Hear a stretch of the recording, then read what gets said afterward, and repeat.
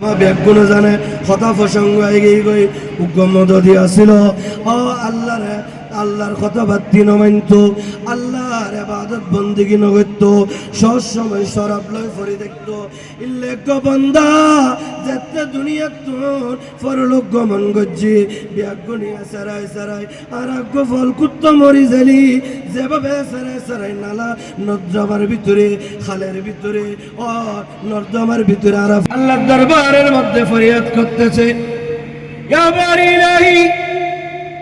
আমরা গুনাহ করেছি পাপ করেছি আমাদের তওবা কবুল করে নাও আল্লাহ ডাক দিয়ে বলে ও নবী রে তোমাদের দোয়া আমি কবুল করব না আল্লাহর দরবারে ফরিয়াদ করে কেন কেন আল্লাহ তুমি আমাদের ফরিয়াদ কবুল করবে না কেন আল্লাহ বলেন তোমাদের মাঝে একজন চুগলখোর আছে সেজন্য আমি তোমাদের সকলের দোয়া আমি আল্লাহ কবুল করতেছি না চিল্লায়ে বলুন নাউযুবিল্লাহ তাহলে বারবার দোয়া করতেছে কবুল হচ্ছে না তো আল্লাহর দরবারে ফরিয়াদ করলেন ইয়া বারি ইলাহি রব্বুল আলামিন আপনি বলে দিন আমাদের মাঝে কোন ব্যক্তিটা চুগলখোর আমরা তার নাম ধরে খান ধরে বের করে দিই আল্লাহ বলেন আমি যদি এটা বলে দিই আমি তো ওনাদের শামিল হয়ে যাব আমি আল্লাহর পক্ষে এটা কি শোভা পাই না না না আমি যদি বলে দিই ওই ব্যক্তিটার মতো হয়ে যাবে একজন ব্যক্তি এখানে এক কথা আরেক জায়গায় গিয়ে আরেক কথা বর্তমান ইসলামকে এভাবে ধ্বংস করে দিচ্ছে কিছু মুসলমান নামধারী কিছু মানুষ কিছু আলেম ওই কাজ্জাব গুরু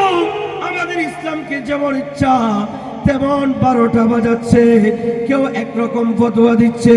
কেউ আরেক রকম ফতোয়া দিচ্ছে দেখুন আমাদের বাংলার জমিনের মধ্যে অনেক মাজার গুলো ভেঙে ঘুরিয়ে দিয়েছে আবার তারা মাজারে গিয়ে বলে আমরা মাজার ভাঙ্গি না চিল্লায়ে বলুন নাউযুবিল্লাহ আজকে ওনারা বিভিন্ন ভাবে বেদাত বলে শিরিক বলে কিন্তু তাদের পক্ষ হলে এটা বেদাত হয় না শিরিক হয় না তাহলে আমরা আর আপনাদের মধ্যে তফাৎটা কি জোরে বলুন ঠিক কি না এনাদেরকে বলে চুগলখোর আমাদেরকে বেদাতি বলে আমরা শিরিক করি আজকে উরুস হচ্ছে না আমাদেরকে শিরিকে ট্যাগ লাগাই দিবে ফতোয়া লাগাই দিবে কিন্তু তাদের মধ্যে থেকে যদি কোনো বড় নেতাকে মেহমান হিসেবে যদি আজকে প্রধান অতিথি করা হতো সে সেলফি তুলে ঠিক এই হযরত সুন্নাহ ফকির ফারুক রহমাতুল্লাহ আলাইহি উরসে পাকের মধ্যে আমি শরীক হয়েছি এটা বলতো কিনা